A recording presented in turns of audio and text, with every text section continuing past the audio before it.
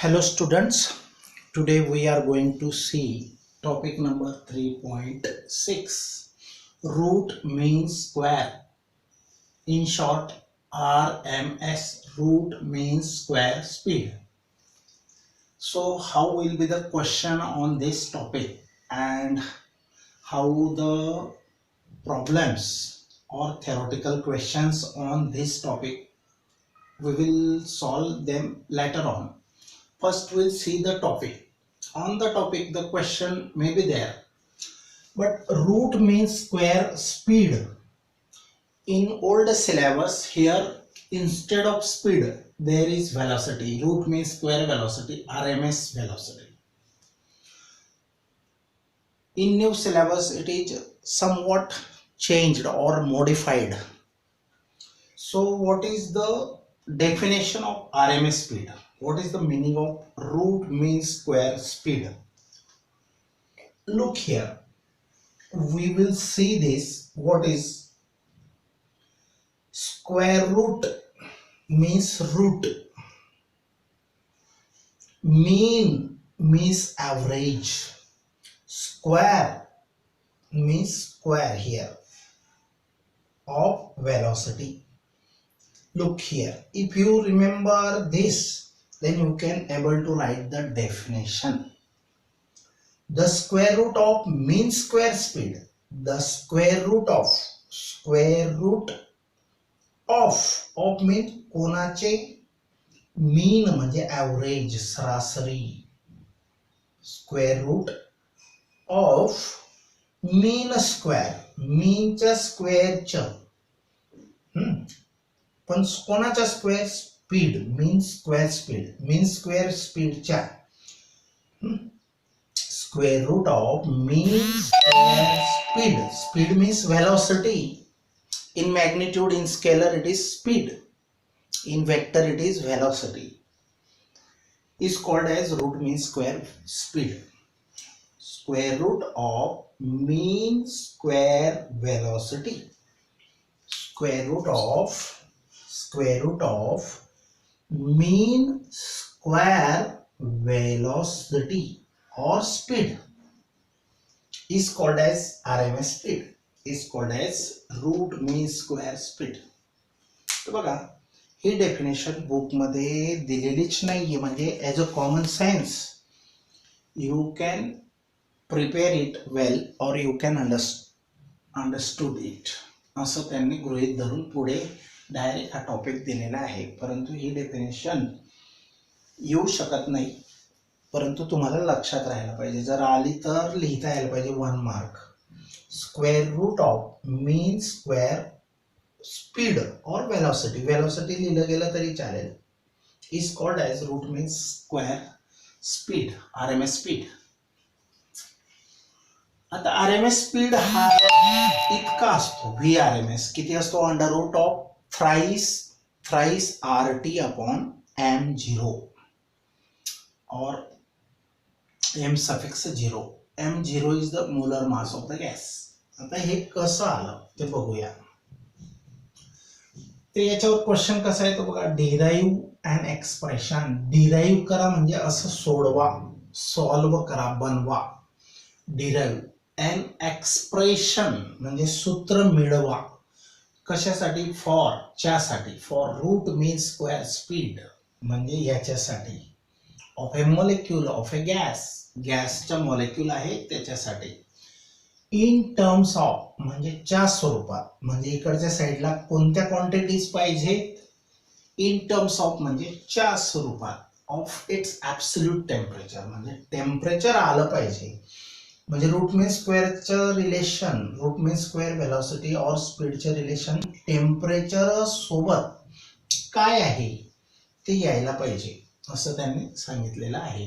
Derive expression for the root mean square speed or a velocity of a molecule of a gas in terms of its absolute temperature. आता absolute temperature म्हणजे Kelvin मध्ये जे temperature असतं त्याला आपण absolute temperature म्हणतो, kelvin मध्ये. बरं, डिग्रीच्या केल्विन मध्ये काय कसं करतात हे तुम्हाला माहिती आहे. डिग्री सेल्सिअसचं टेम्परेचर च कन्वर्शन केल्विन मध्ये कसं करतात, बाय ॲडिंग 273, आणि केल्विनचं कन्वर्शन सेल्सिअस मध्ये कसं करतात, सबट्रॅक्टिंग 273. सोपी मेथड आहे. आता पहिली गोष्ट, हे डेरिवेशन आपण बघण्या अगोदर average value of the pressure of the gas, आपण हे डेरिवेशन पाहिलेलं आहे. प्रेशर तो बॉक्स होता बघा, ते डेरिवेशन 4-5 मार्क्ससाठी व्हेरी इम्पॉर्टंट सांगितलेलं आहे. तर average value of the pressure of the gas is P is equal to 1/3 N upon V volume mv square mean square velocity. Let it be equation 1. हे आपण पाहिलेलं आहे. आता या ठिकाणी P म्हणजे pressure exerted by the gas on the walls of the container. N is the number of molecules, not moles. Small n is the number of moles, but capital N is the number of molecules in the gas container. V is the volume of the container. Small m is the mass of each molecule, and this is the RMS velocity. This bar, this line represents mean or average. Whose average? Square of velocity. Average of square of velocity. So thus from this relation we can change, or we can make a value of this, make the subject this mean square velocity, and transfer all these physical quantities on that side. 3v gets multiplied, so 3pv and nem gets divided. समजलं का? याला एका बाजूला ठेवा आणि बाकीच्या सर्व दुसऱ्या बाजूला घेऊन या. जे डिवाइड आहे ते मल्टिप्लाय होईल, आणि जे मल्टिप्लाइड म्हणजे वरती आहे ते खाली जाईल. Let it be equation number 2, 3pv upon nm. आता using ideal gas equation. Ideal gas equation आपल्याला माहित आहे, PV is equal to nRT. P means pressure, V for volume, N for number of moles, R for universal gas constant, and T for absolute temperature. तर PV ची value तर nRT असते. मग ह्या equation number 2 मध्ये PV ची value replace करा आणि काय पुटअप करा, PV ची व्हॅल्यू nRT ही इथं. हे बाकीचे जसंच्या तसं PV च्या जागेवर फक्त काय रिप्लेस करा, nRT. बघा, mean square velocity is equal to 3 जसाच्या तसा PV ची व्हॅल्यू nRT पुटअप केली अपॉन nm. ओके, पुटअप केली. पण इथं n म्हणजे काय असतो, तो आपण अगोदर बघितलाय, number of molecules upon Avogadro's number. Avogadro's नंबरची व्हॅल्यू किती असते, 6.023 into 10⁻23. इतके मॉलिक्युल्स एक मोल मध्ये असतात. तो गॅस कोणताही असो, एक मोल मध्ये इतके मॉलिक्युल्स त्याचे असतात. That is called Avogadro's number. तर टोटल नंबर ऑफ मॉलिक्युल्सला ॲव्होगॅड्रोज नंबर ऑफ मॉलिक्युल्स, एक मोल मध्ये इतके मॉलिक्युल्स असतात आणि इतके मॉलिक्युल्स त्या गॅस मध्ये आहेत. तर आपल्याला किती मोल तो असेल ते फाइंड आउट करता येतं. N is equal to number of total number of molecules in the gas container divided by Avogadro's number, that will give you the number of moles. Replace n from the above equation. आता ह्या n ला, या n ची value आपण काय put up करायची, n capital N upon Na, capital N upon Na put up केली. आणि हा nm 3RT जसाच्या तसा, nm जसाच्या तसा. मग हा n अपॉन Na पुट केला n च्या जागेवर, तर इथं n capital N gets cancelled, number of molecules gets cancelled, remaining factor. आणि अजून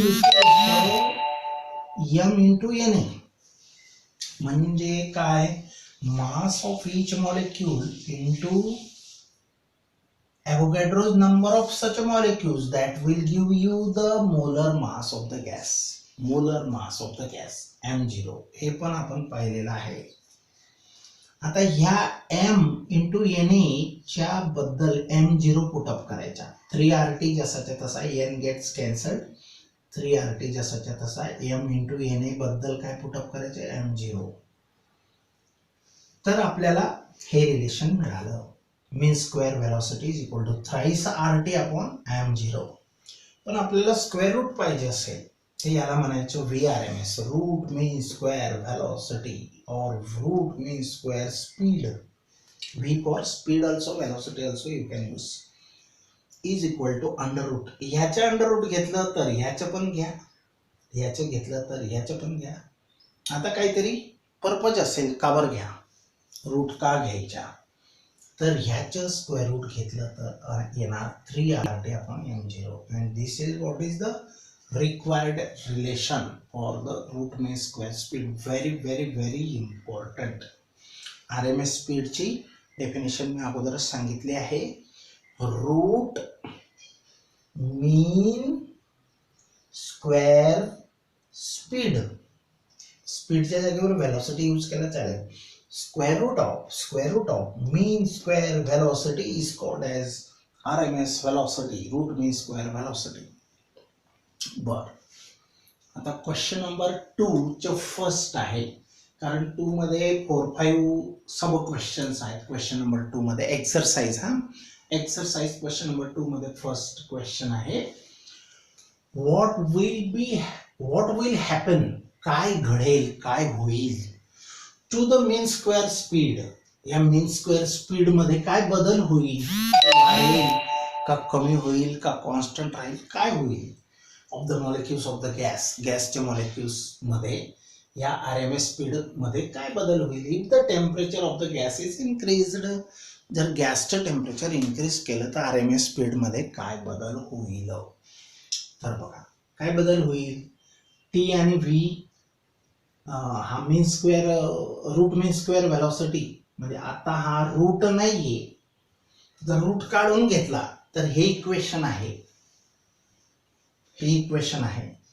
फक्त मीन बघा इथं फसण्यासाठी गंमत आहे.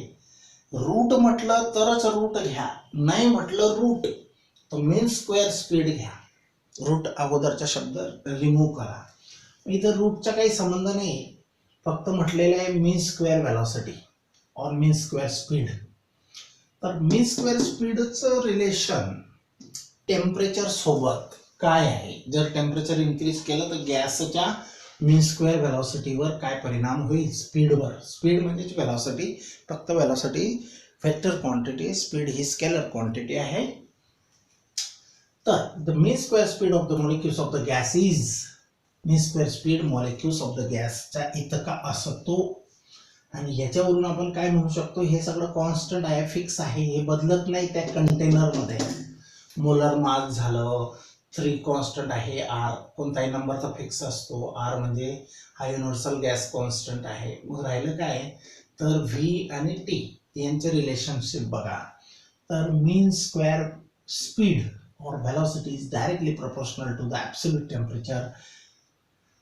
म्हणजे टेम्परेचर इन्क्रीज केलं तर व्हेलॉसिटी इन्क्रीज होईल, टेम्परेचर डिक्रीज केलं तर व्हेलॉसिटी डिक्रीज होईल.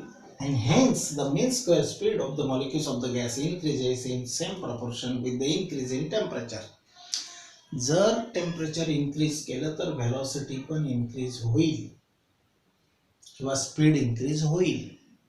याचा अर्थ टेम्परेचर कमी केलं तर स्पीड कमी होईल. समजलं. मग एकदम सिंपल आहे 2 मार्कसाठी और 1 मार्कसाठी. Very very important 1 mark question, very short answer type question, BSA.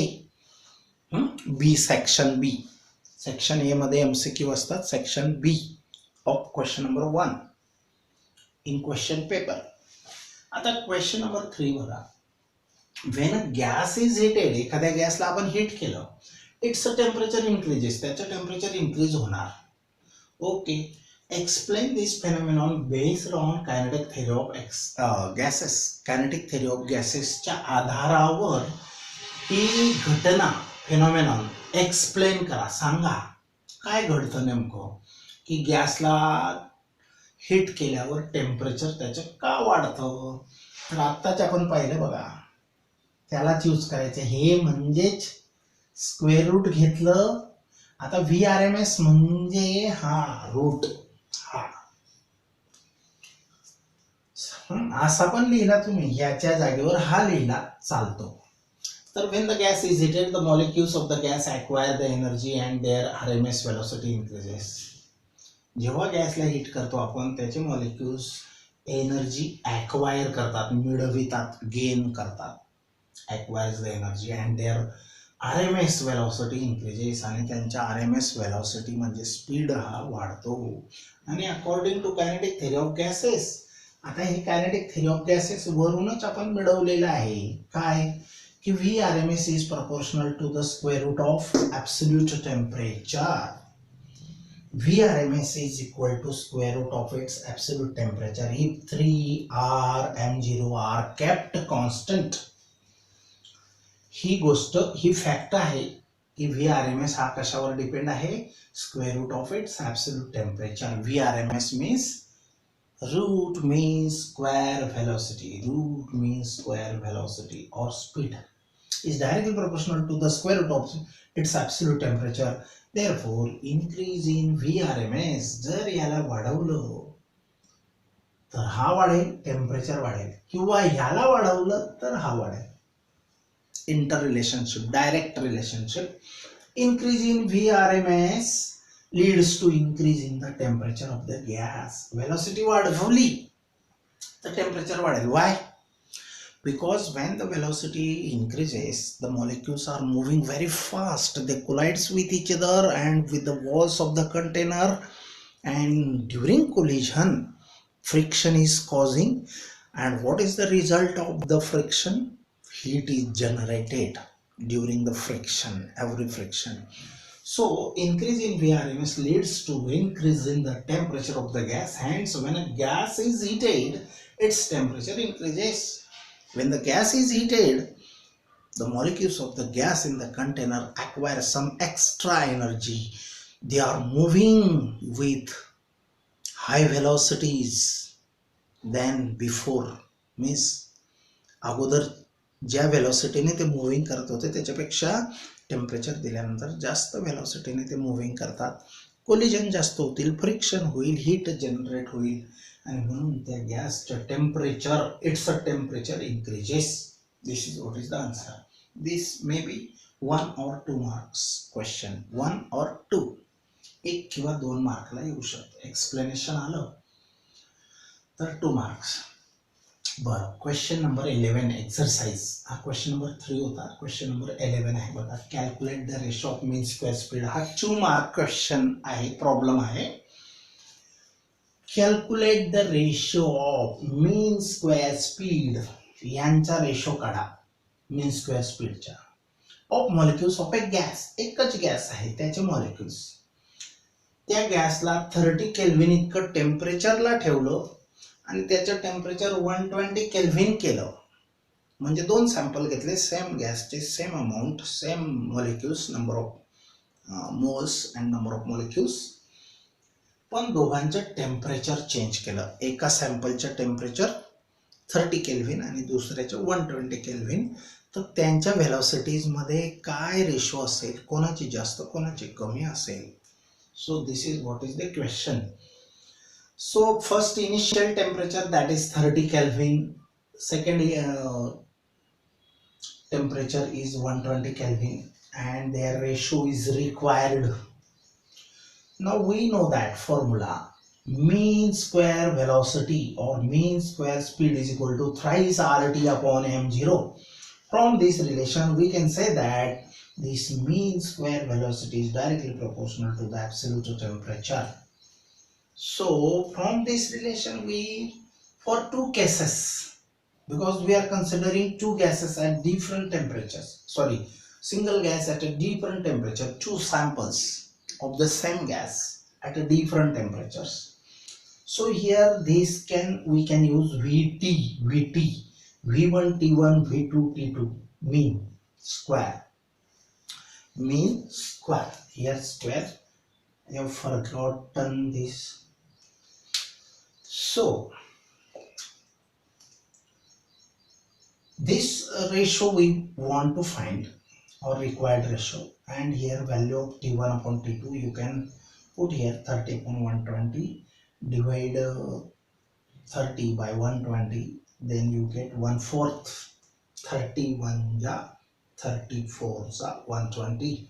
So this ratio comes out to be 1:4. 1:4. So thus the ratio of mean square speed is 1:4. So these are the problems. This is the derivation. Derivation has a weightage of 2 or 3 marks, and questions, this problem 2 marks weightage, this one 2 or 1 or 2, or this one is 1. So prepare well, very simple. I have explained them. Still, if you have any doubt, then can ask.